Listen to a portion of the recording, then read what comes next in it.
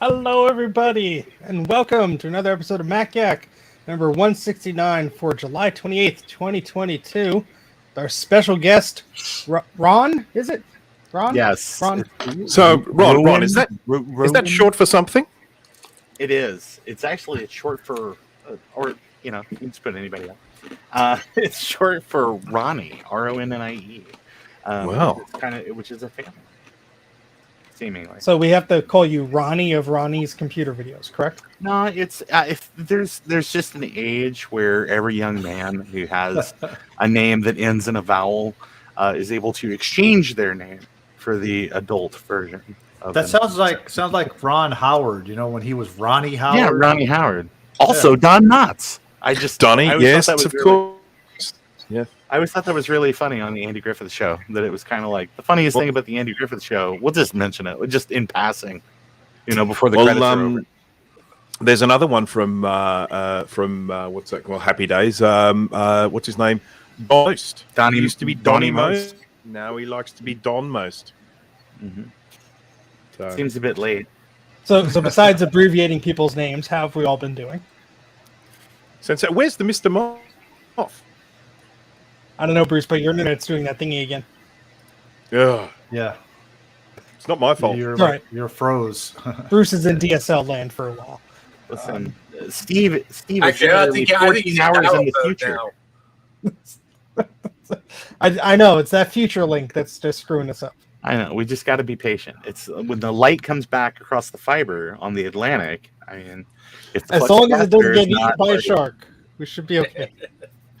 So, Mike, how have you been? Anything new? I'm still here. Excellent. What about you, GT? I'm doing all right. Just playing around with some stuff around here. Alrighty. Bruce, do you want to attempt to talk? I will. Can you hear me? Is it working? Yes. Yes. Good. I first have to ask, where is Mr. Moth? Who? He keeps cutting out. Yes. I assume you mean Jay. Yeah. Yes. Where is Mr. Moth? No, we're getting like every other Where's syllable. Mr. Moth? We're Skyping Bruce from the year 1998, So, I think Jay is running a bit late. He'll join us later, and Dana will probably pop up as well. So I thought he was saying Mr. Mom, and I was like, I guess working on that Batman sequel that they keep teasing. And Ron, how are you doing? Things are great. I'm super excited to announce that this is my 5th appearance on MacYak. What? So I get to join the exclusive 5th Timers Club. Your plaque is coming in the mail. It's oddly named, but the honor is just so high. You just go with it. Well, seeing that we don't actually have a plaque or anything for you, we'll just give you 5 stars. How's that sound? Well, we told Retro Techie to mail you out a plaque last week, but we don't know if that arrived. So it's okay. I got the all of the snacks and things like that were sent from the green room. I don't know why people thought it would be okay to just put an ice cream sandwich in an express mail envelope, but that's fine. That's fine. We thought you were here much sooner. We canceled last week's show, so all the scheduling got convoluted. But see, and I was so excited because I was at K-Fest last week, and I was like, "Oh, finally, my schedule syncs up. I'm not at Scouts. I'm not doing something for the family. I'm not I could just sit down and watch it, and not just that, but I could put it on the big TV in the thing, and then it was like, oh yeah, scheduling, and I said, oh. So I showed everybody Garth Marenghi's Dark Place instead. Oh, I love the show. They did too. At first, they were kind of like, "This is what is this?" Man, shows were bad back then. I said, "Yeah, especially when they were intentionally made bad. Now to look like then." Oh goodness! Yeah. All right, so we have. Oh, sorry. I was just going to say, I think Ron. You and I are one of the 8 people that watch that show. Mm-hmm. It's really great. You think there's actually 8? There might be more. It's the entire. It's really tough to get it on streaming. I've got the DVD set, but it seems some enterprising person has uploaded them all 6 episodes to YouTube, so you can go out there and stream it. So, but if you just Google Garth and Dark Place. It'll take you right to the playlist, but it's it's bad on purpose. It's very, very funny. It's worth your time to check out. I thought you were talking about, going over to Garth Beagle's place and just hiding behind one of his computers in the corner. That's You can do that too. That's the 7th episode. They didn't film that yet. That's right.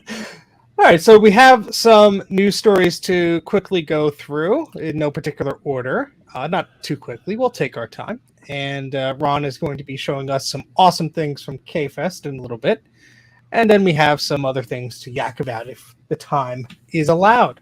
But GT, do you want to start off just by teasing what you have in the back there? Because if nobody's noticing, it's pretty cool. Yes. In fact, let me go ahead and do this so it makes it so people can actually see it. But that is my Apple IIc, and it is running Pac-Man in the background. So it's just sitting there running a demo. Awesome. Way cool. All right, Apple II forever. Love IIc. So what type of scan converter, or what are you using to? I mean, or is that like a television that just says like That's RCA actually a it's just a regular monitor, LCD monitor that I use a HDMI to composite converter. So that's some scaling now. I don't know if my connection has improved. Yes, it has good. But interestingly enough, that is something that you can't do if you happen to be in this part of the world, because the Apple IIc PAL version won't just output color composite, which is really frustrating. If you happen to be in this part of the world where all of the Apple IIcs are PAL version, you have to then go and get a converter to be able to get color output, unless you're using like one of the original Apple screens, I believe. Yeah. Well, that's silly. Yeah, Isn't that's it? That's the whole thing with it using the NTSC artifacting to fake color, because the Apple II up to the 2GS, they're really black and white computers. It's just that they use some jiggery pokery to kind of simulate color. And in PAL regions, they're largely just black and white. Yep. So it can be done. I mean, there are converters out there for it, and I know what I need to get. And when I have them saved up the money, I'm going to get one. But in the meantime, black and white it is, or green. I do have the green monitor that came with this. It's the little small 9-inch green monitor with the stand that that the Apple IIc will fit underneath it. So. Yeah, no, a nice, lovely looking little unit when you get them all together like that. It saddens me that a lot of people have been pulling those little green screens out of Apple IIcs to put in their compact Macs so that they can have green screens on their compact Macs. But I guess whatever floats your boat. I've never seen the videos of, I think Adrian did one, a few other people on YouTube did one, of people opening up those monitors. I mean, my goodness, did they really cram those components in? It's you open up the case and all the components are the form factor of the case. It's like, okay, where do I go from here? Hey, and nothing has changed with Apple since. Let's face it. Exactly. So Ken wants to use that term there, John, Ron. So you might have to Ron. Well, he called me Dana earlier. So first he was Dana. Now he's who now? What? Which term is that? He says jiggery pokery. Oh yeah, and I think that's more of a Commonwealth kind of thing, but no, that's fine. That's I don't own it, but they're welcome to in England and stuff. No, you don't own it, but you're welcome to license it to him for a very reasonable see. Ken just did a scam busting episode, which was pretty entertaining, and Bruce and I had our thinking caps on to help him out with that just a little bit. That's right. Always there. Always watch it then. The check is in the mail, right, Ken? Amazingly, Ken didn't screw up the functions of an ECU. I'm impressed. I was getting as soon as he started to explain an ECU, I'm like, I was getting my hand ready over the keyboard. Like, oh my God, do I need to sit here and school him on how ECUs work? But he actually did a pretty good job at dumbing it down and actually getting it right. I'm very proud of him. Yeah, we've got this general philosophy, sort of. Ken, yeah, of course we'll help. Give us some subs. No, that's not working for me, but it's working for you, Bruce. You know, there's a bit of rivalry that just started up between Ken's channel and between that guy. What is that guy's name? It's he's got that Linus Tech Tips, because they just did on their second channel. I think it's on their second channel. They just did a video about like their fourth channel? worst. Yeah, it's their ninth. It's Linus Tech Tips, the Ocho. It's on MySpace. Yeah, Not even on YouTube. it's on Yahoo Video. But they started this rivalry because they just did a video the other day about the worst video adapters of all time, and right out of the gate, HDI 45. So I think that the ball is now in Ken's court to do a rebuttal video. No, I have to do one. I'm Bruce, you take over as host. I'm going to the basement to shoot a rant video. I'll be back in 5 hours. Crank it out. Yeah. So should we explain to the audience why Grudy's not here? He just posted in our chat the reason why. I'm not even reading the chat. Oh, we don't even know. We don't even know why Grudy's not here. He's not in the state. A bird went, in a southern easterly direction. This one weather changed. This is the weirdest one I've ever heard. Do we want to pull him out on this? 'Cause I don't even know. He flipped his new Corvette, so that's next. He spent 20 minutes getting out of a locked gun vault. He locked himself in his gun vault, he said. Well, the lock's clearly not working properly. That's how Jason on the Good Place died. So you really got to be careful with that. I mean, I think we can consider that a fail, because if he got out, it's just not effective enough. Get back in there, Grudy, and wait at least another hour. Well, I'm looking for my HDI 45 adapter. No, so that HDI 45. That was a good one. What, Grudy? I thought that excuse right there, I'm like, he's had every excuse in the book, but that one's a new one. I've never heard of that before. He'll lock himself in the toilet next week or the week after. I haven't had a chance to watch it yet. I saw the little notification come up, but Ken has just released another one of his scam busting videos, the one that we're sort of talking about, and it's about this thing that's supposedly, I think, meant to make your car's fuel economy better or something like that. And I have to say, I just love Ken's scam busting videos. They are just so good, so entertaining. So really looking especially forward to the Apple one.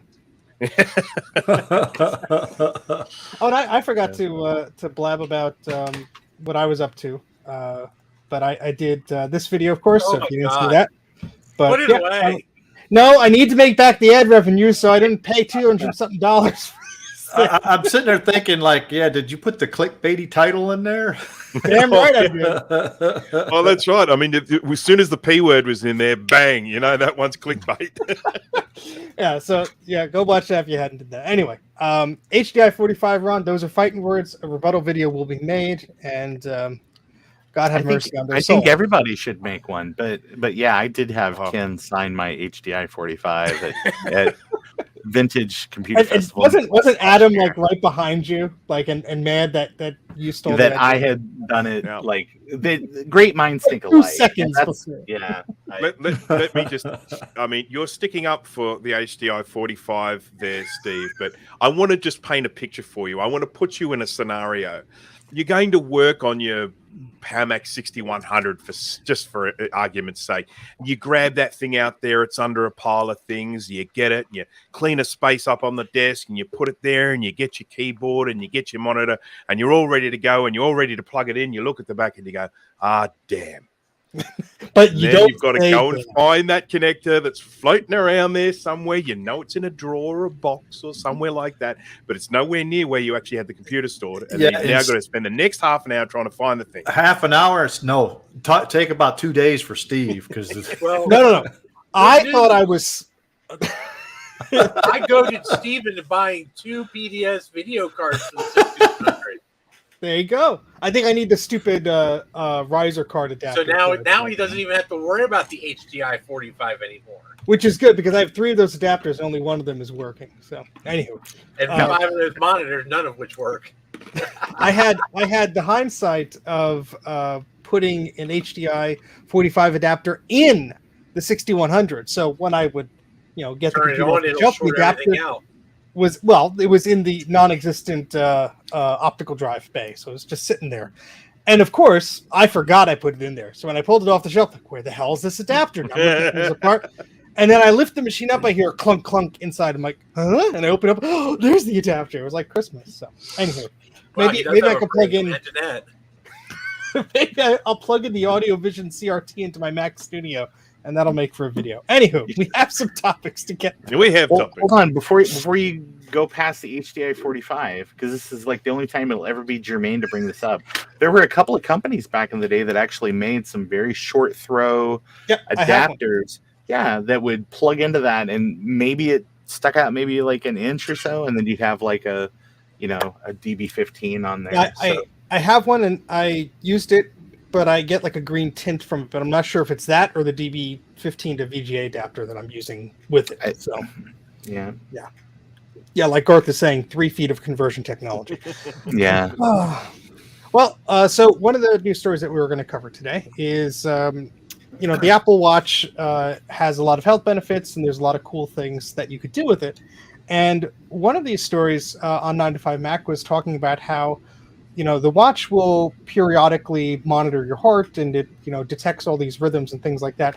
And in this story, it apparently saved an individual and uncovered a deadly tumor that they had in their heart.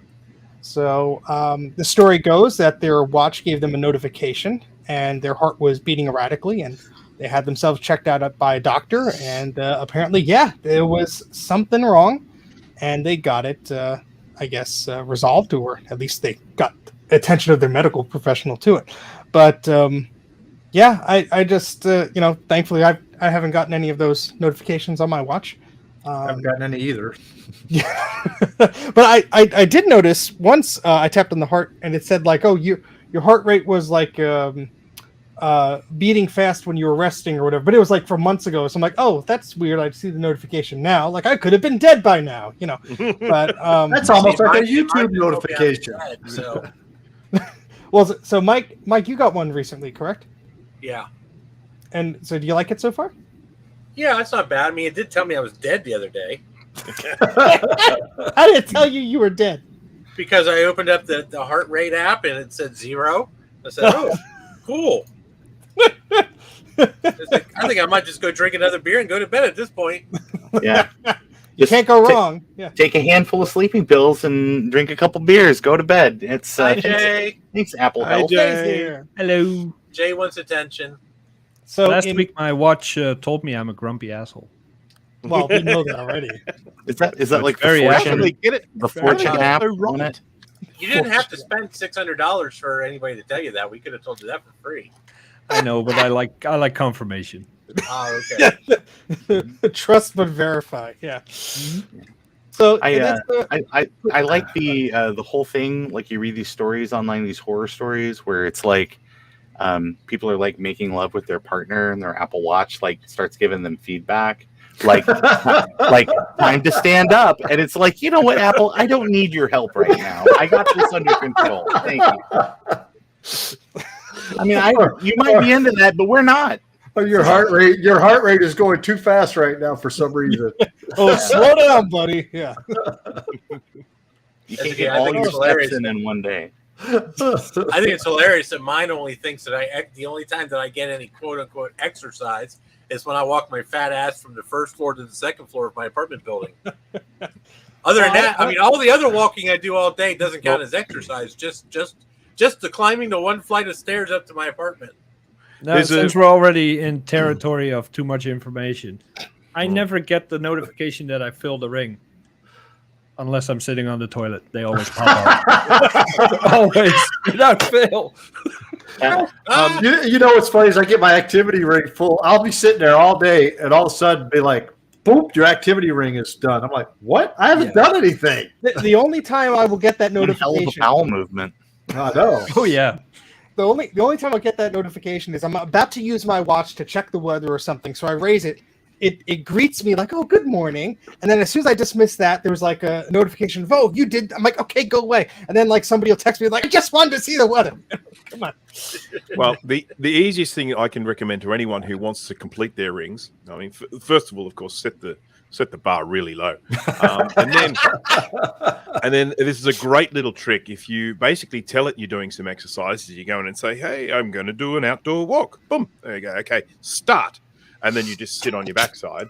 It still just keeps counting that time as exercising. It's just going, "Hey, you're doing an outdoor walk. That's exercise." And then you get after half an hour and you go, "Yep, there we go, done. Stop. There we go." And then it shows you the exercise. Mine will tell me like, "Hey, are you still going there, buddy? It looks like your heart rate's slow." Yeah, sure am. Or because the other thing you can do is you can get a third party exercise tool. One that I use is called Runkeeper, and yeah, once you switch that on, say you're on a walk, doesn't matter what you're doing, you can be sitting down watching television. You still racks that up as do you exercise. feel good about yourself at the end of the day? Always. Yeah. I just love seeing that ring complete, and I just go, "Yeah, did it again." Opening up a thing of ice cream, yeah. I have mine set to 600 calories for move. I'm barely halfway today, and the day is over. Exercise 30 minutes. Somehow I got 6 minutes in. I don't know how.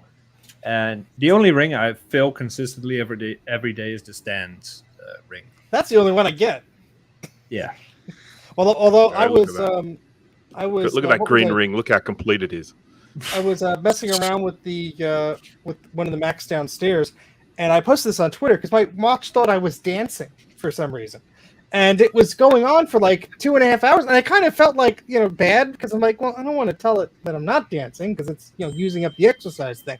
So let me guess, you started dancing? No, I sat my lazy ass upstairs and started eating potato That would have chips. been the Although best I've seen you navigate your basement, and it is a lot like ballet. It is a little like This this. is So true. it could I was doing the 2-step shuffle to not step on a neck of a CRT, so. All right, so that's Apple Watch is good for making sure you're not dead. Let's just wrap that up as that. Well, it's actually good at telling you you're dead too. All right, I'm testing Bruce's theory here. I'm starting a walk right now just to see if it. Good we're on all, you. We're all welcome. You'll feel better about So yourself. we have another story here that Apple Pay was being promoted in some countries as they have some more ads that are coming out, and they're saying it's more secure. And I know GT is exactly with Apple Pay. I use it once in a while, like if my wallet's in the car or if I don't have my debit card on me, I'll use the Apple Pay thing. I haven't personally have a problem with it. I know GT, you've had an issue with it, but I haven't used it on the watch. I always use it on the phone. Whenever I go to use it on the watch, it seems I have a Series 3, so it's a little older. Maybe it just is not happy. I've just enabled it on my watch the other day. I saw someone using their watch to do it the other day, and I thought, why don't I do that? So I've just enabled it on the watch, but I've been using it on the phone now for quite some time, and it's fantastic. Well, I'm going to tell you something. I use it on my watch now too. But I'm going to tell you one thing. Do not enable Wi-Fi on open networks. That's what got me. I never do that anyway. Yeah. So don't go on to like an open network, like a hotel network or something in a store or something like that. Just stay off it. Use your cellular data for that because that's you more. You mean I shouldn't use the hotel printer to scan in my passport and then leave it on Wi-Fi and transfer it over to my machine? And... I'm not opposed to using it. I just keep forgetting I have it. Yeah. By the time I'm done paying, and then I look down, I see the little icon. It's like, oh, yeah, that's right. Well, what's nice Every is like day. soda machines in our break room have the RFID pay, and so you could pay with Apple Pay. So I just use my watch. I go. I hate those. You know why? Why? Because they rip you off. The one at my job was programmed for like 50 cents higher than the actual item was. It's just a temporary discount. But. Ours is 10 cents. Well, if it makes you guys feel any better, my credit card machine at work has tried to charge me, I think, about 15 times for people's purchases because I've gotten my watch a little too close to it. I'll just, you all friendly Mike will pick up the tab for you, For me, go ahead. I don't know how it is over there, but I mean, the way it is here, if you're using a card and you're using the tap on your card, if your purchase is over, I think it's $100 or something like that, you've got to put in a PIN. But the great thing about the Apple Pay is when you're just using that, it doesn't have that limitation. So if it's over $100, I just go Bing, and I don't need to worry about pressing the buttons on there. So when you go to the wine store, when you and pick think up of all the wine. bacteria on those buttons. See, I never have that problem. If I go over 50, I overdraw my account. So it won't even let you go that high, right? No problem.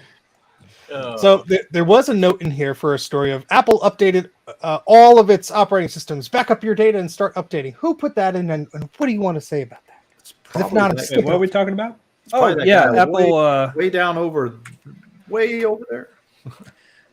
Sorry, just Ron with short hair is really freaking distracting. It's all right. Yeah, I think it was last week, this weekend. It feels like a month ago. Apple 10 days recently ago. dropped a bunch of updates. There's nothing in there that is being actively exploited in the wild or something serious like that, but there are pretty significant patches in there for every operating system and Safari as well.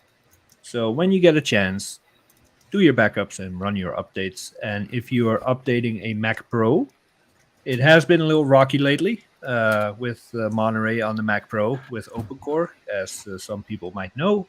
But that has all been resolved. Just make sure that you have the latest OpenCore package from Martin Lowe with the latest configuration file, and you can run 12.4 and 12.5 without issues.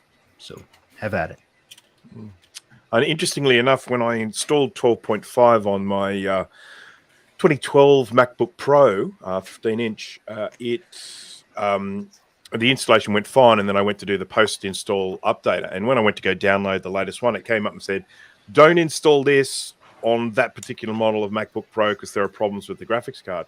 And I'm like, oh, damn, it's a little bit too late for that. But interestingly enough, I downloaded the latest one. I did the post-install patcher, and everything seemed to work fine. So I don't know if they have resolved it or whether it's an uncommon issue or something like that. But it seemed to work fine with 12.5. As far as I know, it's an Apple thing. It's another topic on the list that I think GT knows most about. I could be wrong, but I think it's actually Apple's fault that OpenCore Legacy Patcher had to put that disclaimer on their page, like, hey, if you're using NVIDIA, be careful. So, Well, we could segue to that. So Apple has apparently pulled all of its NVIDIA Kepler drivers for macOS 12.5. Is that the right version? Yes. So yeah, and GT, it's Jay, Kepler. you want to talk about that? Kepler. I'm sorry. What did I say? Kelper? Yeah. Kepler. Yeah. Sounds better though. It rolls off the tongue a lot easier. Yeah, plus isn't that like one of SpongeBob's friends? I don't know. Or about no, I think it's a Well- breed of dog. Oh, yes. As Bruce found out the hard way, that once you try to install it on a system that still has a NVIDIA card in it, all the acceleration goes away. And Oh, that's great. Except that, as I just finished saying before, it all worked out fine. how did it Yeah, work? I don't know how it works. I installed the post-install patcher and everything was fine. So, well, the acceleration is there. It's definitely there because you can tell when it's not there. When the acceleration is not there, it's unbelievably painful to use. Wait, didn't you say you had a 13-inch though? No, it's 15.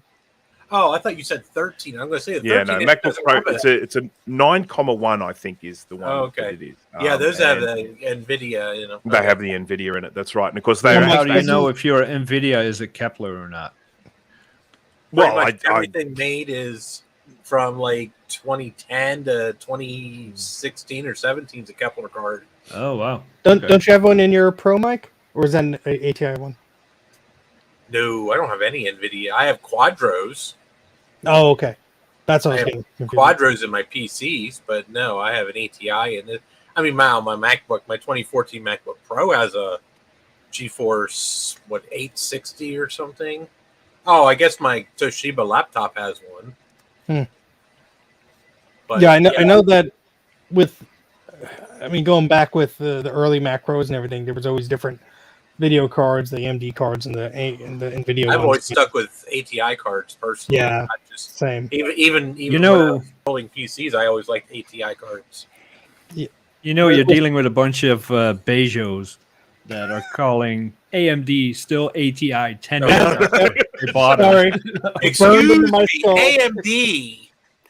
Sorry, I was around when ATI was ATI and AMD. I will. I love ATI cards. Yeah, The I think last I've probably got time- more ATI cards than I have AMD cards. Yeah, the last time Yeah. I referred to a card as an AMD, somebody thought I was talking about a processor. So I usually just say ATI. And if you don't know what I'm talking about, then you're probably too young. So If you don't know what we're talking about, you're too young to be hanging out with us. There was somebody I had an interaction with somebody on Twitter yesterday where they were like, I was like, it was a sound card and it was an ISA sound card, but it had like all kinds of cool features and stuff on it. And they were like, oh yeah, it uses PS2 RAM. And I was like, oh yes, I saw what is PS2 RAM? And they launched into well, you see, it is a slightly wider module that isn't like those original shorter ones. There's a notch in the middle and there's 72 pins. And so I was like, so like a 72 pin SIM? and I was like, this is did I just get mansplained about RAM? This got RAM-splained. Okay, Ron, there is actually a specific type of RAM for the IBM PS2. Is it 72 pins? Yes. So, It's- but has any human ever called it PS2 RAM? RAM. This guy is from the Ukraine. He's a very nice guy, very Well, I was knowledgeable. gonna say, So I'm usually- thinking I that it mean- was just like a cultural kind of thing. Like when Steve says spinning rust, when honest to God, he should just be saying mechanical hard drive. Just throwing it out there. Hashtag Steve, get your shit straight. Mike, what were By you the saying? way, a few mentions of the ATI Rage in the chat. Don't Oh, knock don't- it. That's the don't best card ever. There's a G3 blue and white for sale locally for way too much, but it has the ATI Rage card with the DVD decoder on the side of it. And I'm like, Nice. So- do not buy it. God. Damn I it, have- Ron, you're gonna have to start copywriting all these because now Ken's gonna take that RAM spline now too. Listen, here's the thing. If Ken wants RAM-splained, he's welcome to it. It just all you have to do is attribute. It's got a Creative Commons just attribute the original author. You gotta That's put it. Ron's face in the corner of your video for 30 seconds. Yeah, And but it's not I just a would. static face. It's like a Yeah. Ooh, it's like I- captions, you know. He'll have to go through my videos and find one of those ones where like I'm maybe like in the middle of a sneeze, like on a. Oh, something Bruce has like a good that. one like that. Bruce has a bunch of good ones. Oh goodness. So I've got a question for you, Jay. Now, you've made it fairly clear here that you're not a big fan of NVIDIA, correct? Correct. You love the game UT, Yes. Unreal Tournament. Yeah.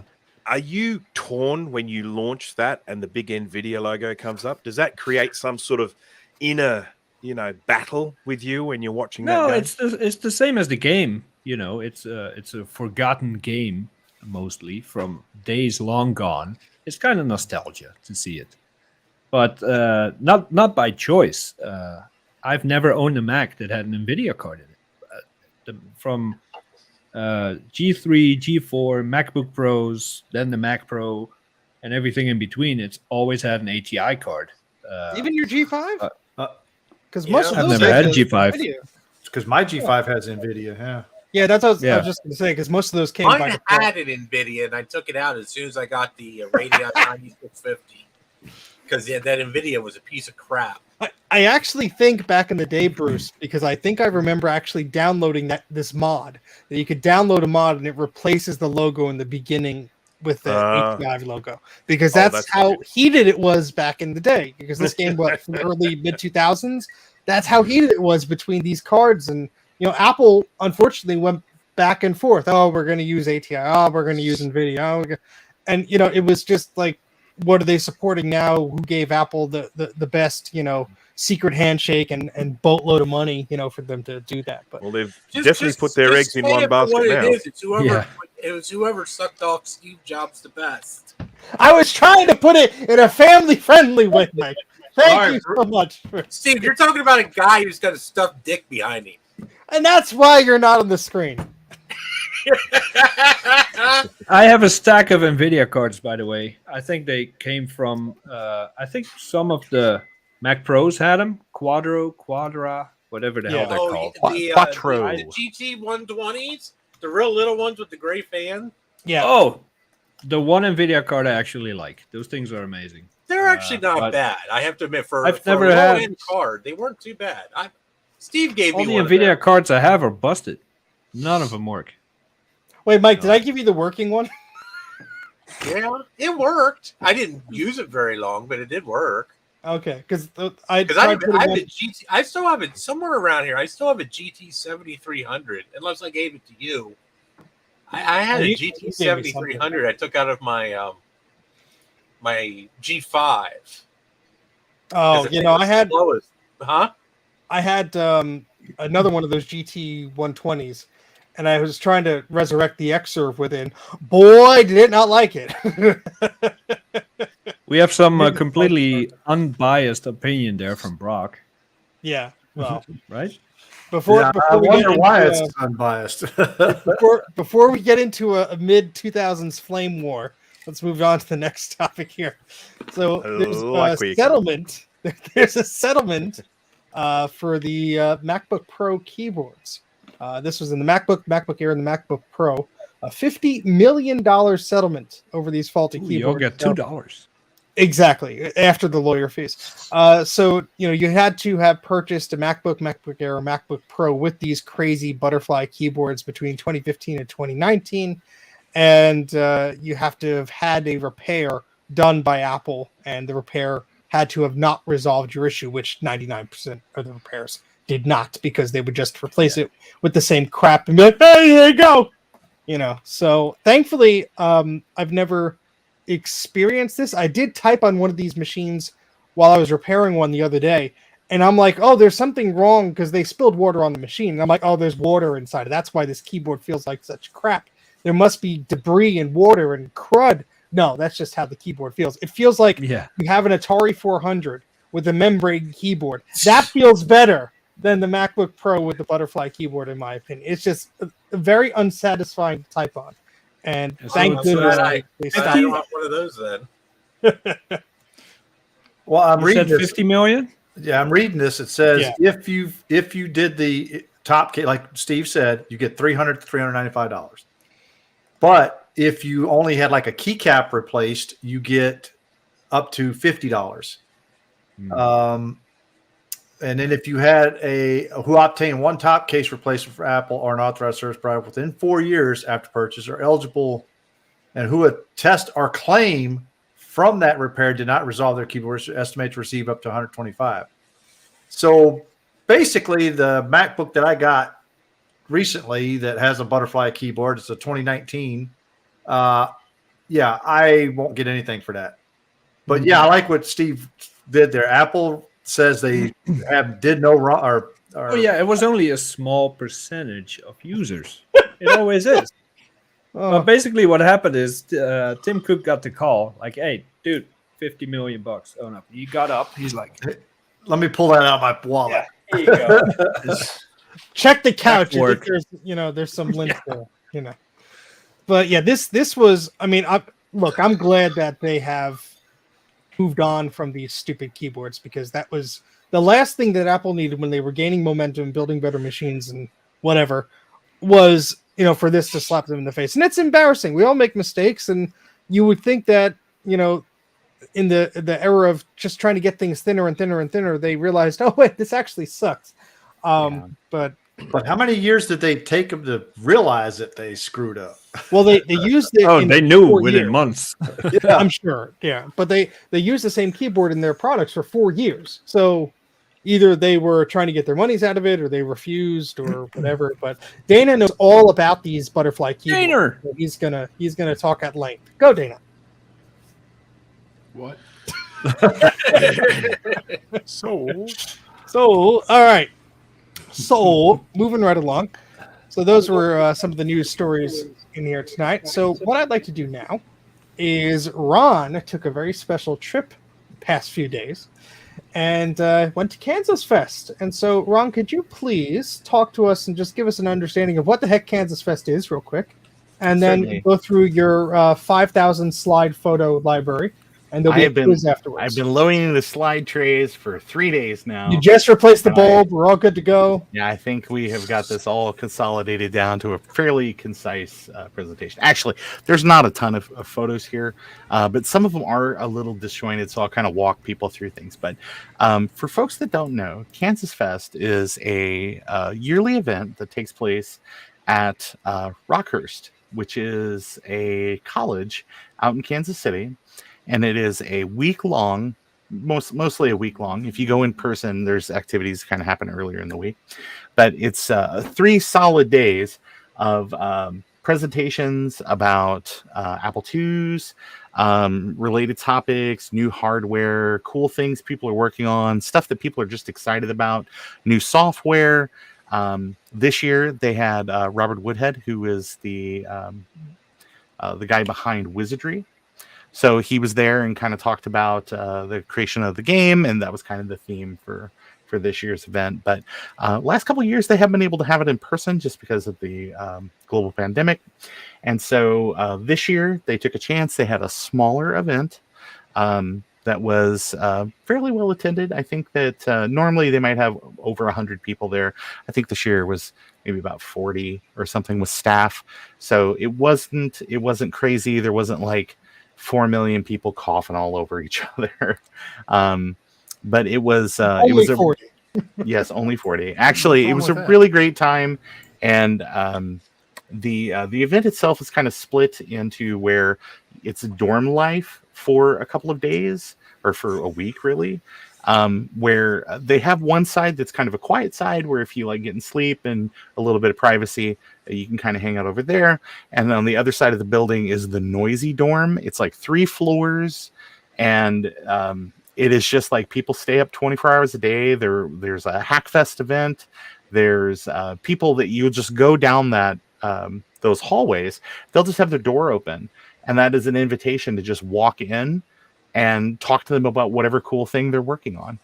So a lot of people did a lot of work, just kind of like finishing up projects. There's a room that's nothing but repairs. So if you have something that you pick up at like their big garage giveaway, which is kind of a famous thing about the event, you can get repairs like right there. Like there was a person that donated an Apple III this year, and it just need a little bit of touching up, needed a new REFA, things like that. And they were able to get it up and running, minus 1 keycap. So it was just really cool to kind of see little projects and stuff like that come together. But rather than just park you at this thing, I'll proceed. And you got all your pictures recovered, correct, Ron? Yes. Oh, that's yeah. I accidentally. Because I didn't. Side note: I didn't know that when you go out on iTunes or your iCloud and you look at your photos and stuff, anything that you've done is like a live viewer. I kind of just thought, I was like, you know what? It's every time you take a picture, here's another 3 megabytes that they're just tacking on your. It's the Apple tax. And so I was like, why can't I just delete the live component of that? So I was like, just delete those. No, it's the whole photo. It's the photo and the video and everything. So they're just gone. And I went through, and before I kind of realized what was going on, I had also emptied the trash basically. And I had to call, or I did some recovery on my own, but then I had to call Apple, and they were very kind, and they were able to recover everything basically for years. So Apple says we delete the things and we can't help you, but literally it took 10 minutes and I had everything back. So you do know I told you, Ron. I told you. Live thing off, don't you? Yes, I have that. I had it turned off for a very long time on my phone, and you do an OS update or something, and I think it switches some of those things back on. Fair. And there's nothing more annoying than going to iCloud.com to download a photo, and there's a flippin' zip file there. I'm like, Tim Cook, you son of a gun, you got me again. So I have a question about this picture that's currently up. Before I read the text underneath, I'm like, oh, he went to some kind of medieval weekend or something. Yeah. Why this font and the sword? What does that have to do with the Apple II? It's mimicking the cover of the game Wizardry for the Apple II and other platforms. So, which was kind of like a big RPG back in the day. People really liked it. So since Mr. Woodhead was the guest, kind of the headline guest this year, they went ahead and they kind of did everything around that. But in previous years, like they had Woz show up one year, just out of the blue. I'm certain that it was organized and it was kind of kept very hush hush, but Woz just showed up and was telling stories and spinning yarns and holding court, and it was just kind of an amazing thing. So you just don't know what's going to happen at this event, but I would definitely say if you like Apple II stuff, and not just Apple II stuff, but early like beigey kind of Macintosh stuff, there are people there that want to talk to you about all the fun stuff they're working on. And so it's really cool because you've got like that loud dorm, you got the quiet dorm, and then in the middle you have like kind of a shared space where people just sit around and have cool conversations or watch videos or share information or work on little projects and stuff kind of in a more public view. So, but I will show you some of those things. First thing I did is on my way out there, because this takes place in Kansas City, I stopped by St. Louis, where I went to Micro Center, which if you've not been to Micro Center as a chain, I get $20 every time I tell people to go there. The store is kind of cool. They got all kinds of neat junk. It's kind of like a big tech nerd store. But I have one 20 miles from me. That's awesome. It's really nice to be able to be like, oh, if I just had this adapter, and to be able to just drive over there. But as you can see, nature is healing. That's where I get all my 3D printer stuff from, because they have a wide selection of 3D printer stuff. It's like almost 2 or 3 aisles worth of it. Like just a crazy amount of filament and stuff. Just every color you could think of. Exactly. But this is, I took some pictures kind of on the first day that we got out there of just kind of the garage giveaway getting built up. And how this works is this is all organized by Sean Fahey, who is on the Kansas Fest board, that basically people just bring donations and stuff. And if people want something cool, it'll be on the table. And there's a little bit of rules. You have to kind of stand on the stairs, and when they announce that it's open, you can just walk out there and grab things. And really, the only rule is just don't be a chode. And, don't go out there and just make a nuisance of yourself. But if there's something you really want, go pick it up, and, you can swap with people. Or if you like, oh, I picked up this thing and you should have picked up this thing, you could swap. And I saw a lot of that too. So real sense of community. And it was pretty cool.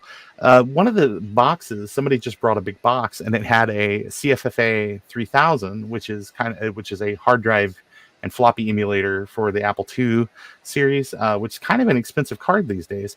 Someone donated one of those. There was a prototype Macintosh LC in the pile as well. I didn't get that. That was gone. There was also a real prototype or a Mac 84 prototype. No, a real prototype.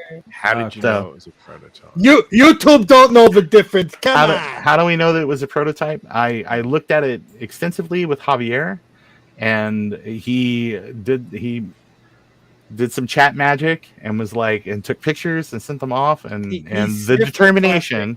He's that good. Yeah, the determination was that this was a prototype machine. It was like there was no case badging. There was like a weird sticker on the bottom of it that had some information and stuff, but no branding or anything like that. So, the story is better if it's a prototype, but it's possible that it wasn't, I guess. But there was a complete retail box Apple IIe option card for Macintosh there, with the cable, the manuals, with everything, all completely sealed. There was just like VideoVision 7s and stuff like that, like RGB cards for different Apple II machines and stuff, and just a mountain of software. Like floppy drives. There's a little G3 iMac there on the floor that I donated. But one of the other cool things about the event is Color Classic. Color Classic. The guy there with the Apple Watch is Jeremy from Jeremy's Retro Bar, and the guy actually taking a look at things is Sark, or it's Ian. I think it's CRT Dude on Twitter. Yep. But he runs kind of a cool operation. We're just all weekend, like just all day, all night, fixing stuff for people. Really nice guy. It was kind of cool to hang out in there and just listen to stories about repairs past of just people bringing in crazy stuff. One of his big things is CRT repair. So people were bringing in like Apple Color monitors and things like that, and he was just like, "Oh, no problem, just beep beep beep beep." Tune them up and get them out the door, and really made a lot of people happy. So I put together a blue SCSI and gave it to him, just sort of as a big thank you for doing stuff for other people. But yeah, it's I made a joke and it fell flat, and I said, "Is that a Kai Wheats meter?" And he goes, "What's that?" And I was like, "Oh, it's the new hotness." So you'll have to check that out. But I have that exact same clearly Sears. not subscribers of my channel. Right. Yeah, clearly. I mean, come on. But this is the common area there where you can kind of meet. There's just like big comfy couches, and then kind of on the perimeter of this are high top tables with chairs. So you could actually go over there and sit down and have a conversation, or if you had something cool that you wanted to show, you can just plug in your device to like a big, huge, giganto TV and share that with stuff. Some of the people here in this picture, I don't know. Will you see my mouse? Yeah. Okay. Yeah, that's Chris Torrance from the Assembly Lines podcast. And this is Ken, who's also the publisher of Juice GS, which is like the last Apple IIgs publication that's still in print. So it's kind of cool that you could kind of just go and talk to these guys. Kind of day of, things started to build up a little bit. Like there was a gigantic pile of A+ magazine and things like that. So I mean, just all the reference materials. As you can see down there, there's a ImageWriter 1 printer. So Steve wanted that, but just a ton of stuff. And there's that Apple III sitting over there. There was a huge pile. There was like a 2C Plus. There were original 2s, displays. People brought there was a 24-inch Intel kind of, iMac up there. And a lot of that stuff went pretty early. But just all the cool, I just remember this manual from when I was in school. And this poor guy who's staring at this machine that the monitor's not plugged in. There's no keyboard, there's no joystick port on the machine or anything. He's just probably like, this is such a dead end. I never should have took this modeling job. But for the garage giveaway, this is what I ended up getting, which is kind of cool because Garth donated to my channel a LC475 because that was like the last dang LC, and I've bought like 6 or 7 of them, and it feels like, and all of them are battery bombed or people misrepresent like the working condition of them. So, but these were the things I didn't want to, my first year, and I didn't want to be a jerk. So grabbed a couple ADB cables. I got a LaCie Tsunami enclosure, which I've always wanted. And then I used to have one of these Apple enclosures back in the day. And it was just kind of cool to pick those up. So plus I found that install discs for my LC475, and I actually took it to the event. So I had like a little beige Mac to work on. But Javier, one of his big things, his contribution is he does like a huge RetroBrite session multiple days. So if you have something, like there's people that will bring stuff from home, or there's people that will get things out of the garage giveaway. And then he's like, all right, everybody, let's go outside and let's RetroBrite.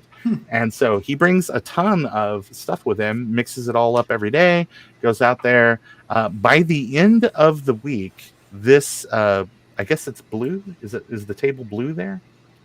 It ended up looking like a glazed donut because of all of the xanthan gum and stuff that kind of goes into the paste method for a RetroBrite. But I will tell you what, like they're like Apple IIcs and stuff like that. It was just like bone white, like you washed up on a desert island white. It was just crazy, like how good the results were on a lot of that stuff. But I guess it really requires really staying on top of it and multiple applications. So he was out there like dad, basting the barbecue all afternoon, and just kind of making sure that things don't get streaky or anything like that. But yeah, he was out there holding court, and people, and I did a little video about what he was doing there. It was kind of fun. It was a good way to get heat stroke and kind of connect with your fellow enthusiasts. After the garage giveaway is done, there's stuff that stays out on the table that aren't like things that people immediately grab, stay out there for several days, and people they're like, oh, maybe I'm not going to take this, so they drag it back out to the table. Or like, I can't put this in my carry-on, so I'm going to take it back out there. And I saw this VHS copy of the installation video for the PC transporter for the Apple II series, which is a DOS compatibility card. Okay. Well, it was just the case. Like the actual tape was not in there. So I put it back down there because I figure somebody might have the tape and not have the case. And I didn't want to be that guy. But it absolutely disappeared shortly after that. So this is something that I saw too. There was a lot of bagged Macintosh software that had ended up out there. This was everything but the disk. But it was kind of neat, and I went through it and I took some pictures and I was like, wow, this is really cool. And I posted this online and Kate was like, oh, that's amazing. And so I thought, oh, I'll go back and get it. And in the 5 minutes it was already gone. So people go back out and constantly kind of go through the table. As you can see, I picked up some great take homes though. Steve, is that your collection? The TSA must have loved you if you were flying home, but I know you were driving. But my goodness, that would have set off some alarm. If you swallow them all, you're fine. Actually, for a while. Adam Holkentosh made this little graphic for me while I was out of town. So I just because reefers in there too. Because I hate batteries. I hate reefers. You love them. Yeah. Hey, they're free of charge. Yeah. But just another night, people hanging out, talking about cool things. The nice thing is downstairs, they actually have the main presentations. It's where they film everything. And then they broadcast it upstairs. So that way that people have spillover areas, or if you're downstairs and you're just uncomfortable, you want to get up and walk around, you can go back upstairs and have a secondary place to kind of hang out. While we were there, Joe, unfortunately, wasn't able to make it.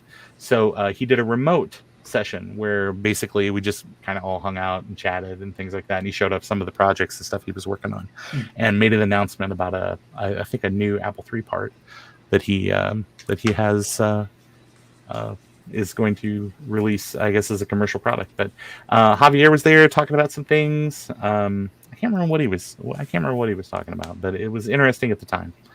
But this is the repair room. I can't remember. I don't even know what Javier's looking at, but I'm sure it's $10, same as in town. It looked like floppy drive gears or something. Oh yeah, I can't tell. There were lots of people that had fun. Are you sure that's not some kind of drug deal going down? I think so. I'll give you this for that monitor you got. Come on. Right, but Sark doing more monitor repairs. I did find this, and I remember that. Mm-hmm.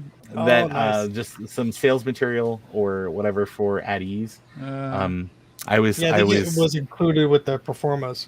Mm-hmm.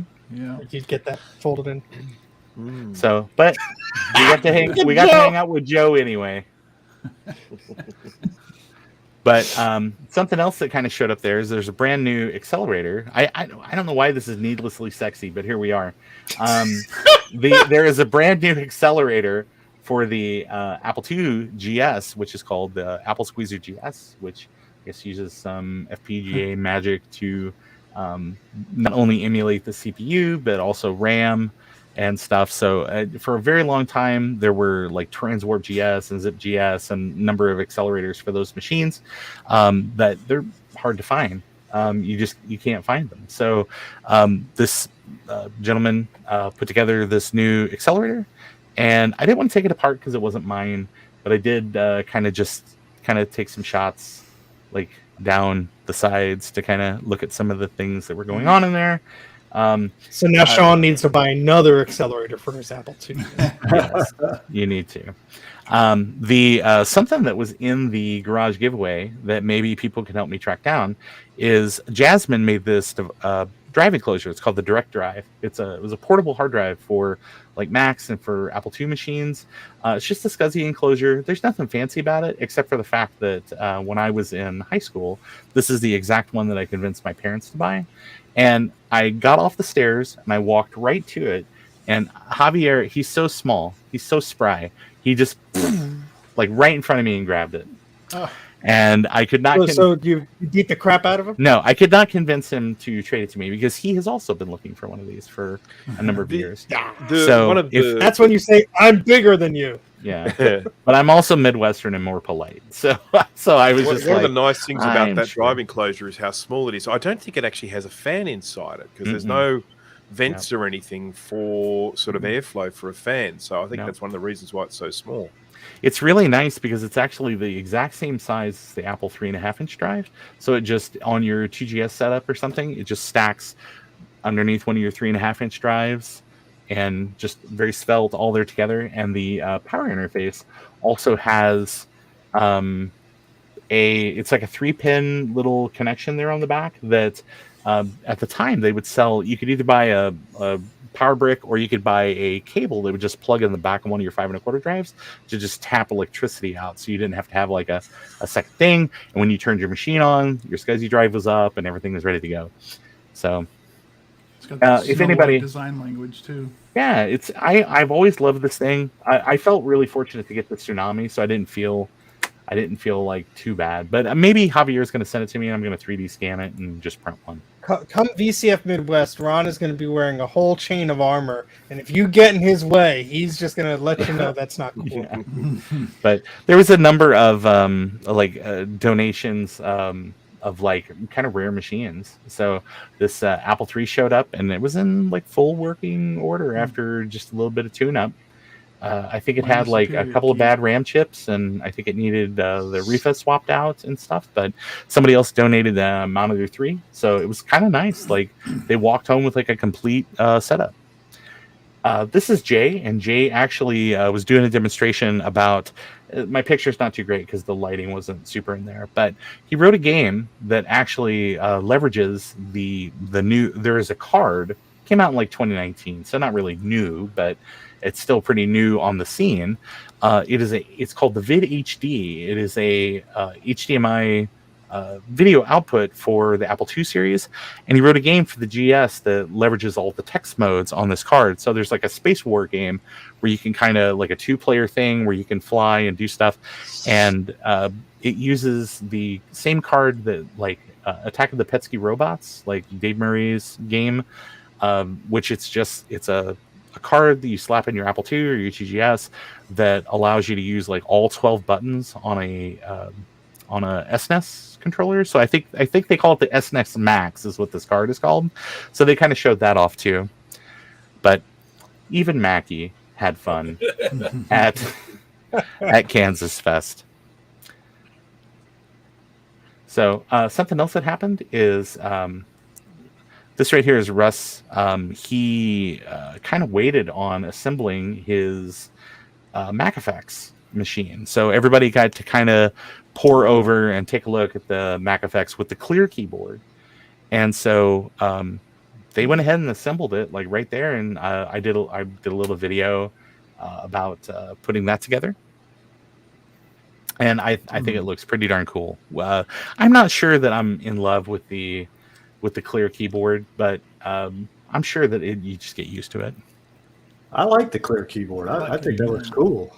Yeah, I think tactile. It's very different, but it matches the case because if you have a regular keyboard, it just doesn't look. That would just be like totally awesome if each row of keys had a different color of the rainbow. RGB. Well, yeah, I think Joe or Javier is in the loop on doing an RGB version of this keyboard. So where does the Blu-ray burner go? in your that's under the box, right? Okay. So, but it was kind of neat. There was a lot of ribbing and stuff that went on. So here's Javier's online store, so you can get his new Retro Bright shampoo, which I would not recommend for any human. But if you went out to try to buy it, it was already sold out. So, but got to meet like some really cool people. This is Dave. He's one of my patrons on Patreon. We just kind of bumped into one another at the event. There's Chris Torrance. That's Jeremy from Jeremy's Retro Bar. And there's Jay, who's the developer of that game. It's called X-Stringer for the VidHD. But, there's Javier. But yeah, I got to meet like lots of really cool people, see their really cool projects. The Apple IIgs actually has a chip in it. It's called the Mega, which was used kind of in part for backward compatibility with straight like an Apple IIe and all that inside the 2GS. And what someone did is it's like the Bald Engineer, which he does stuff for Element 14 Presents.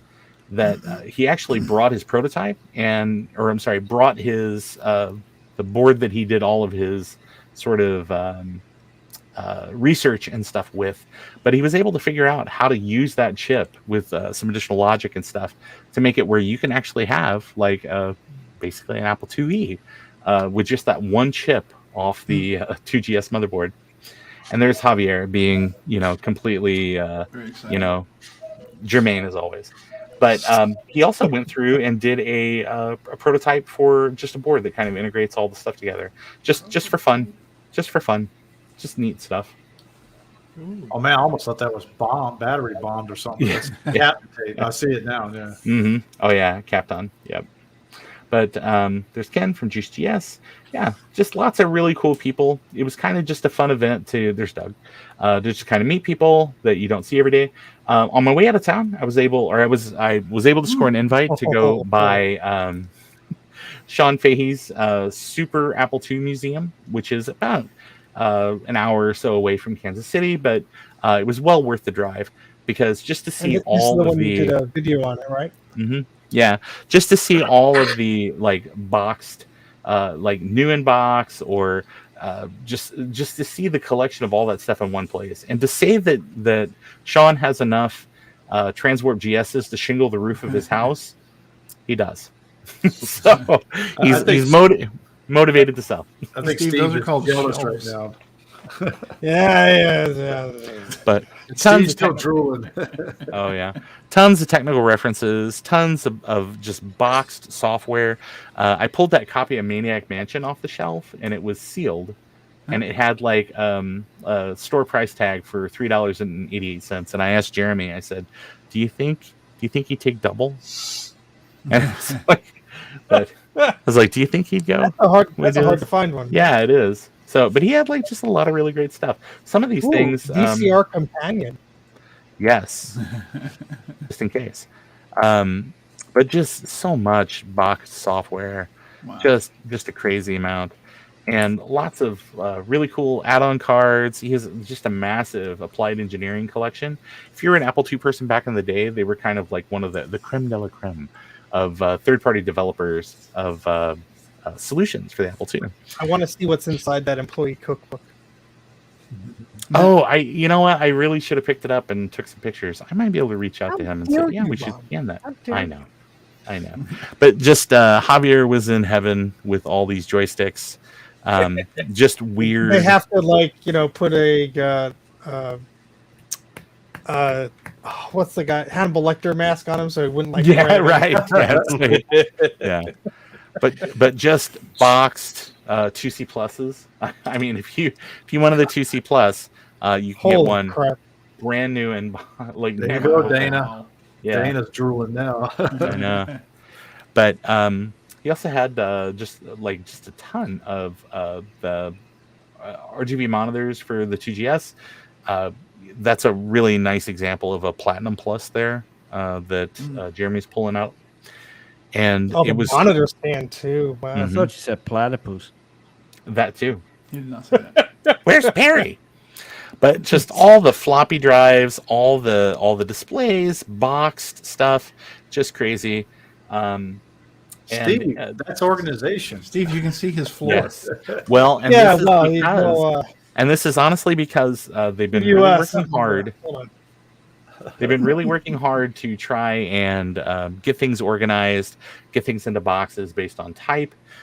So it's like, oh, here's the box that just has all the 2GS RAM cards. Here's the box that has all the Apple IIe real-time clocks and stuff. So it was probably me coming this time to check it out was one of the better times because people had been there earlier in the week helping Sean kind of get things organized, because the plan is that Kansas Fest is going to open up an Apple II museum at some point in the future, and they want to be able to maybe get an inventory of everything they've got.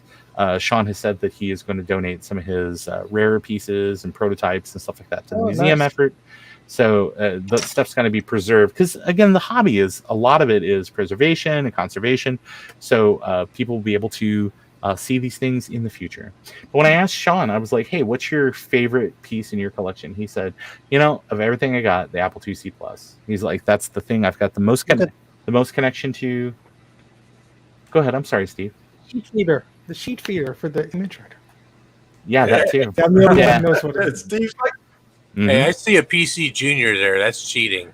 Well, he's got some PC stuff too, and actually a really amazing collection of early D&D stuff. So if you're into that stuff too, I mean, there was a lot of fun stuff to see. But more technical manuals, floppy disks, and like some of the cheeriest G3 iMacs you've ever seen in your entire life. Now, and this if you go back one photo, Ron. Yeah. The size of those shelves are like the big shelf behind me, like in my setup there. So this guy has a good amount of space. Goodly amount of space, that is for sure. But this is the PC section. So he had like a lot of like Tandy stuff, especially. So if you I think he had a Commodore Colt and some other stuff like that are just fun, retro PC stuff as well. 5150s, RGB monitors, MGA displays, CGA, EGA. So that way that you've got. Oh, that's cool. They're cute machines. Slow as hell, but they're cute. Yeah, yeah. But I mean, it's just kind of neat, and I mean, to have one. I mean, most of them ended up in landfill, so it's just kind of neat that people are making the preservation effort on this stuff. Oh, he also had quite a bit of Bell and Howell stuff as well. So Darth Vader Apple IIs, more system savers than you can shake a stick at. Wow, Conservers, that's like $20,000 sitting right there. Yeah, conservers out the wazoo. The conserver is like that module that would fit underneath your monitor, and you would have like space for like 2 3.5-inch discs. People really coveted those back in the day. Boxed Apple IIes. Wow. So and the leather. Those are later ones. Yeah, Wow. yeah.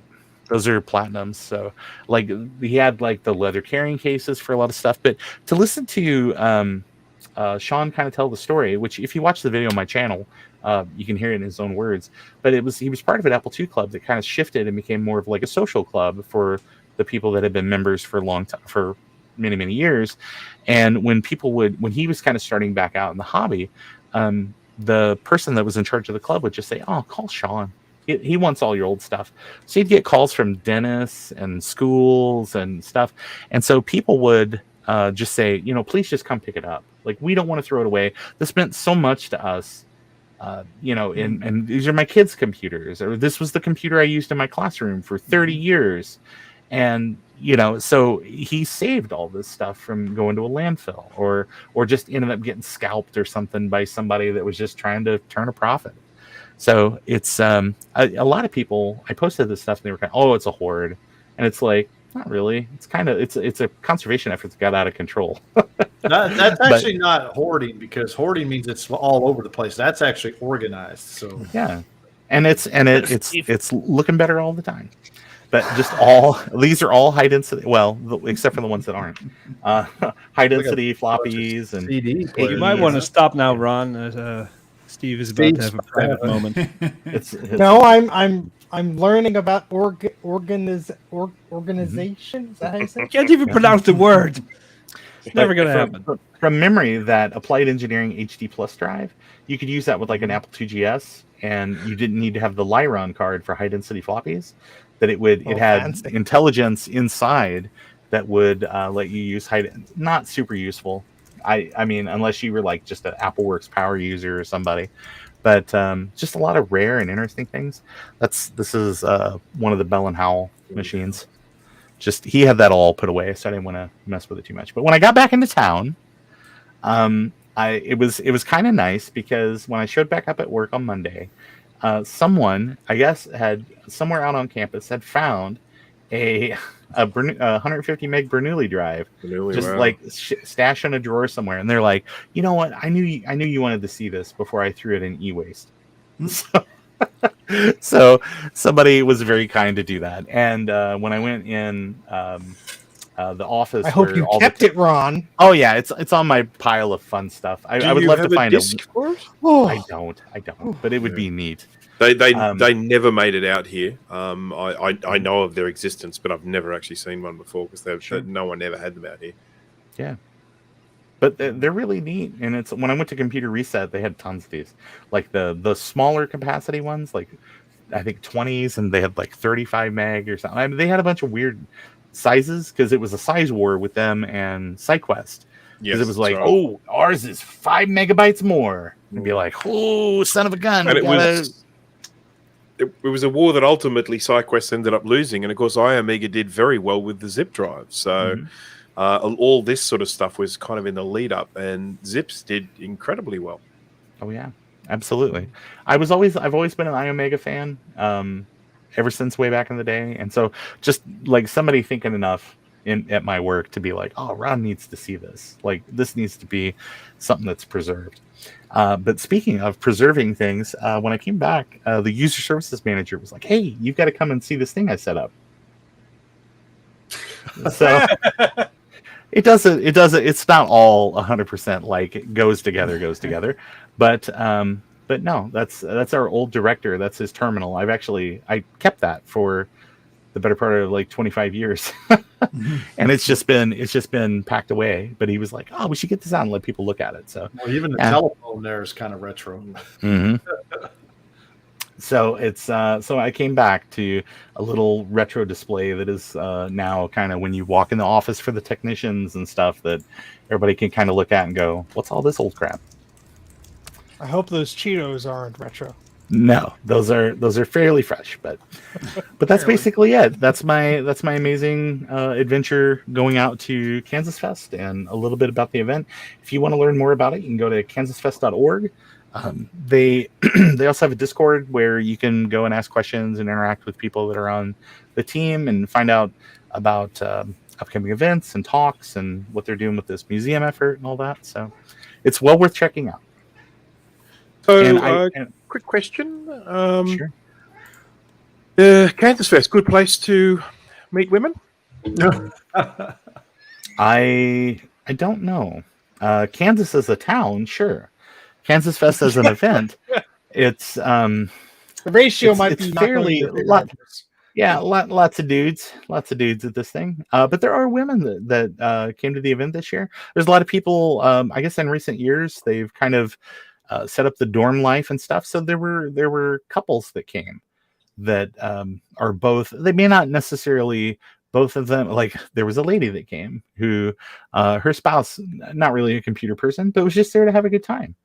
And there were other people that kind of brought their spouse, and you can sit around and be like, and everybody's kind of getting older, so you can talk kids or you can just talk, hey, like what about that, what about that new Netflix series or something like that. There's always something you can kind of connect with people over.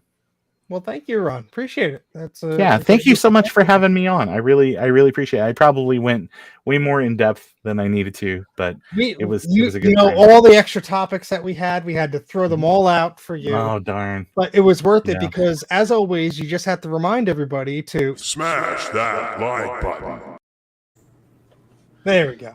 Yep. And if you would have finished too early, we would have just said, hey, Ron, 15 more minutes. Come on. Yeah. So at the end of the day, we had nothing. We had nothing. So that's 10 okay. minutes left, so he could go 10 more. Oh, I just one more thing I'll throw in. They always do a wrap up sort of podcast thing that they'll do on Saturday night as things are winding down. And I was invited to sit on that with Javier, because there's always people that are in person now, and then there's people because it's the event takes place physical at the university, and then there's a virtual part of the event where all of the different presentations are broadcast. You do have to pay to get early access to it, and then over the next few weeks they'll slowly be released for free out to Kansas Fest YouTube channel, so you can still watch. I mean, kind of what happened, but just at time shifted. I mean, But that was great because last year they did that. It was like virtual, and I'm not near Kansas, so it was not feasible for me to go. But I was able to throw them a few bucks and get access to the Discord and the live chats, and it was great. You felt like you were there because you could ask questions and stuff like that, and it's a nice way if you're not able to visit or you're on the other side of the world, to actually participate. Mm-hmm. And how does the university feel about you retro-brighting their outdoor furniture? Oh, it's actually on the very last day it rained, and so it kind of cleaned a lot of that stuff up too. So after a week of 105 degree, 107 degree with the heat factor and things like that, it was kind of nice to allow things to cool off right before everybody needed to kind of load their stuff up and head home. Was that your first Kansas Fest, Ron? Yeah, this is my very first Kansas Fest. And that was the thing. This was a lot of people's first Kansas Fest, because I think that the buzz of the event and the excitement of it, I wanted to go in 2019, but I ended up with a scheduling conflict. So I actually sent some donations out, and that was the year that Joe from Joe's Computer Museum was able to go, and he made a really cool video, just kind of cataloging kind of those moments and those experiences that you can have there, and that made me have even more FOMO and like even made me feel even worse for having missed it. So I was like, I'm gonna go in 2020. Nothing bad's gonna happen in 2020. So except for a global pandemic. So was not able to go in 2020. And it's all because Ron didn't want to go. That's what happened. That's what it was. And then 2021, they were like, we're on the fence. We don't know. And I think that the county where Kansas City is situated in Missouri had one of the highest incident rates of COVID kind of in 2021 that would have been fell right at the same time that they would do the event. And so they were like, just out of an abundance of caution, we've decided that we're just going to be virtual again this year. And it was great because it allowed them to kind of refine the event over the first year that they had done it virtually. And this year, they did have a few technical hiccups, but it was more the network. There's been some network changes at Rockhurst that did interfere with some things. So there were some streaming issues, but I think people were able to interact and still have the full experience. And then again, the locally recorded video at the highest quality, I guess, that you possibly can get it, is going to drop at a later time. So, anybody that was like, what did they say? You can watch it later. But they did a podcast at the very end, at the wrap up of all of it, and it was really cool. I got to sit in on that. Javier was there, and Chris from the Assembly Lines podcast, Chris Torrance, who's on the Kansas City sort of the board of directors or whatnot. But we did there was a little trivia thing, and I'm not saying that I knew every answer, but I knew almost every answer. So I felt really good. And if you want to see more of what Ron was showing us, including an interview with Sean there's a great video on his channel all about that. So Ron's Computer Videos, you could like and subscribe and all that stuff. And it's a great watch. Not too long, only a few minutes. So go check that out. Try to keep it under 7 minutes because it's mostly about seeing all the fun stuff. And I when I asked Sean if he would do a quick interview, he was like, I don't know. And I said, well, brother, I'm not going to ask you any tough questions. We're not gonna hammer out peace in the Middle East, but we're gonna talk about the things you like about the hobby. Why is the Macintosh better than the Apple II? Oh no, them's fighting woods. Right. Well, thank you, Ron. And Bruce, I see you have a badge on your, I do. on your shirt today. I finally managed to remember to get it there. So there is. I will just tell my connection wasn't working at the beginning of the show. It wasn't working properly, so I didn't actually get to do the little "What have you been up to lately?" And of course, there are a couple of things I need to mention. First of all, the Macintosh SE30 board that belongs to Javier was then sent to Joe for repair, and then sent to Steve for repair, and then sent to me for repair, has finally arrived it's been in the country for a year, but it's finally arrived at my house. It took the scenic route. Yes, it did. It stopped by Ballina and stayed there. We wanted to check out what the weather was like, so it stayed there during the floods and stuff. So anyhow, but it has made its way to me. And in that was a little bundle of goodies from, good friend Steve, and I got a couple of what I would call a badge, but I think you guys call buttons or pins or something like that. And I've got an I don't do Windows. I've got an 84, and I've got the fastest PowerPC processor. Which I had a part in helping Steve make. I sent him the photograph that I had on the side of the box, and he went and then made it look awesome. And you sent me the photograph when I was about halfway through making that. Okay. So I was like recreating the needle and the spindle and all this stuff, and then you sent me this beautiful high resolution scan. I'm like, damn it! I could have saved a lot of work here. Oh well. I had a lot of fun yesterday working on a Power Macintosh 9500, which decided to commit suicide. Or should I bring basically? I was basically working on the thing, and I took the case off, and then just bits of plastic coming off, and then I took the logic board out, and then just literally every single thing I did, everything I touched was just collapsing. And at one point I went to go move the whole thing, and it just fell apart into pieces. And every single little clicky thing that slots in somewhere snapped off. So literally there is nothing now that slots into anything. That's what they do. And so what I ended up doing was I ended up getting the metal case, lay it on its side so that the open part was in front of me, and I just poured all of the broken plastic in. And I should actually mention that the logic board committed suicide as well. So I connected it up. It worked when I put it into storage, and I pulled it out in the storage for some testing. I was doing some tests on the old Zulu SCSI, and I got it all set up, plugged it all in, got a monitor, keyboard, everything, put the power in. Nothing happened. Nothing. Just totally dead. And it's like, that's a shame. This thing used to work. It's, power supply's obviously gone. That's all right. I've got another power supply. I'll just grab another power supply. So anyhow, grabbed another power supply, put the new power supply on top of it. And just as I put the new power supply on top, I just heard this bang. And the light came on the front of the computer just for a second, and then went off again, and then that was it. It was it. Where'd the bang come from? The bang came from the dead power supply that I had left plugged in. So and it fried the Zulu SCSI that I had plugged into it. So that's great. So that's now rubbish. And absolutely nothing from the board now at all. Well, I shouldn't say that. I get a light, and that's all I And you have a very nice Zulu SCSI keychain. Yes, that's right. Yes, I mean, I might try and fix this. We'll see. But that 9500 that was definitely an exercise in frustration. So I've taken the logic board and everything out. I've put that into my kind of like parts pile, and the question has to be asked. What do Why I didn't now you do? stream it? Why didn't you stream it?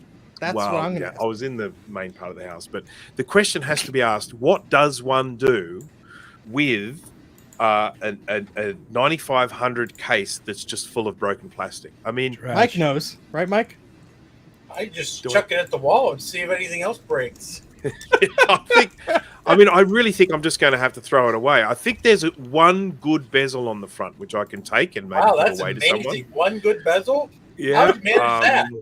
Yeah, I don't know, just pure luck. But everything else in it is that's just the way the completely, spindler totally crumbles. broken. Well, at least it's only a 9500, so it wasn't like it was a nice computer.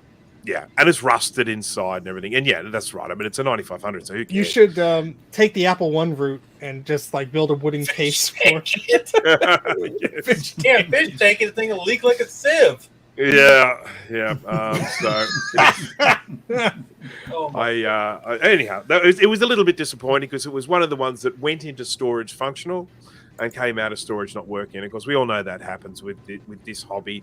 And sometimes it's repairable, sometimes it's salvageable, and other times like this, where I suspect it's probably. Next time when you see a seller on eBay or Marketplace, it worked when I last used it. Yeah. One of those people. Caution. Bruce has a cautionary tale for you. Yes. Yes, Well, yes, indeed. thank you for making us happy with your I don't do Windows buttons, and then making us sad with your With the 9500. death of a 9500. That sounds like a play. That's Yes. a mailbox out of it. It won't hold your mail. That's Yeah, the I wouldn't trust my mail in there. you put I a mean- letter in it and it crumbles. Yeah, I mean, as you can see from this bottom section here, which is brown, is not meant to be that color. It's meant to be like a nice shiny metallic color. So I saw a Quadra 840AV on eBay that was untested with that as the color of the bottom. I'm like, ooh, hard pass. I'm betting Yeah. that sat in a very humid, hot place for quite a while. yeah, Oh, I boy. think in someone's outdoor shed or garage or something like that. So get those batteries out, otherwise Ron will come to you and yell at you in person.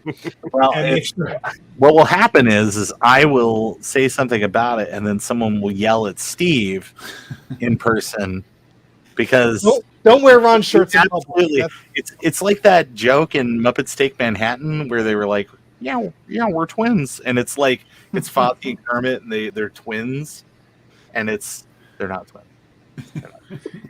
I must have missed that movie. So, oh no, but basically what happened is I was wearing Ron's shirt, and somebody thought I was Ron and was very upset about Ron's opinions about getting batteries Just out of like him. computers. I mean, I was like, take I know, batteries out of we're everything. twins. Get the battery out of your car. Get the batteries out of your Tesla. Just, which means that Bruce is Ron's dad too. Yes, Ah, there you go. it was a difficult birth, but that's all right. All right, well, that was a lot of fun. Thank you very much, Ron, for coming on, and Bruce for making us sad. So that's You're welcome. all in a day's work. I do my best.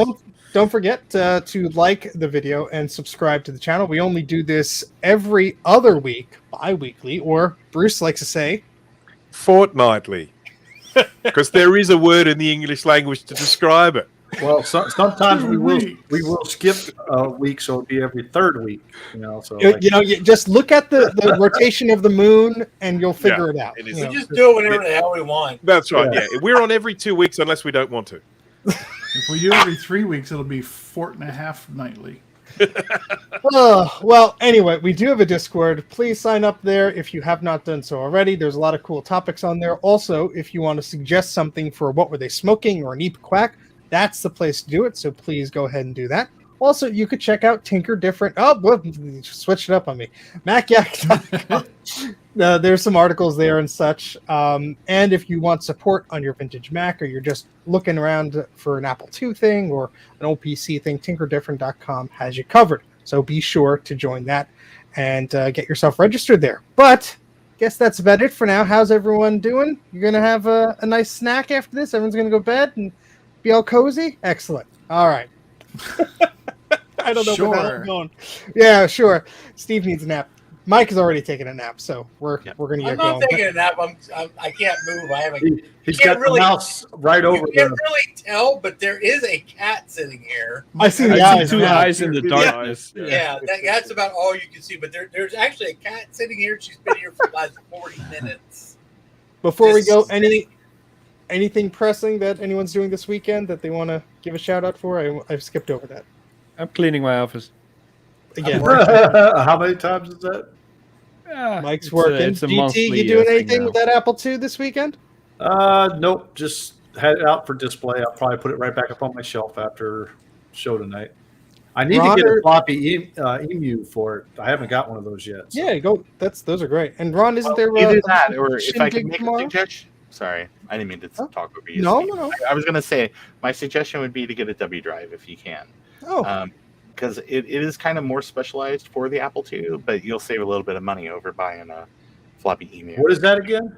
It's called the W drive. You can Google it, just the letter W, the word drive. It's due to the global chip shortage. They might be tough to get right now, but I would say that for like this is the older version. The new version has a OLED screen. It's highly readable by my old man eyes, so I would definitely check that out. I mean, get a floppy emu and get one of these. But the if you want to play like Total Replay, if you haven't heard about Total Replay, that's really cool. They just released a beta for version 5, which they're now separating sports games and like action puzzle kind of stuff into 2 different collections. So they'll have more space on the SmartPort volume.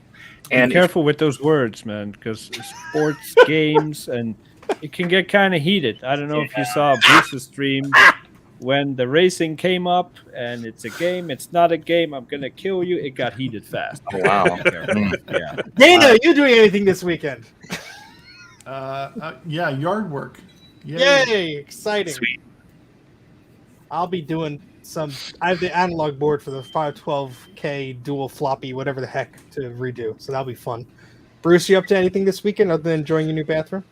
I am hoping to do a stream on Sunday, which will be your Saturday evening. So that's my hope. Try and get something there. I've got loads and loads and loads of things to do at the moment. But yeah, that's it. More of the same from me. Dana's got Look at that rack. I might work on that. That's what she the said. cat's inspecting it. Oh, nerd porn. Oh, and I Ron can't is having move this camera right. Anyway. one of his shoot people virtually until they die streaming dealies tomorrow, right?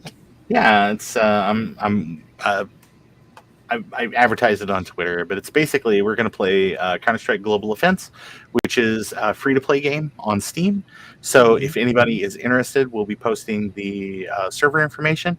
And if you don't have anything going on, you should stop by and play. Excellent. And I When think is the next fill out movie quotes, whatever it's Oh, called? the RiffTrax thing. You know, it's very possible that we'll play the and actually RiffTrax just updated the game, so there's like a ton of new clips, jokes. that was and fun. Yeah, so I'm all excited about doing that whenever folks have time. But we'll probably play Counter-Strike CS:GO and then or Counter-Strike like my ATM machine. Anyway, the All right. electronic We'll be email. there. Yeah, Awesome. And I think Trina's streaming after this, so you could find anybody who's doing anything after this, and you'll be there watching, doing the thing. I'm about to fall asleep. Thank you, everyone, for watching the show. Ron, stick around after the show. I need to talk to you. oh yeah, absolutely. He needs all the information about the Just drive. for 10 minutes. Yeah. Just 10 Let's minutes. Run away, Ron. 10 more minutes. My Apple IIc. But thank you, everybody, for watching. Smash the like button, subscribe, all that fun stuff, and we'll see you in a fortnight. Bye. Bye.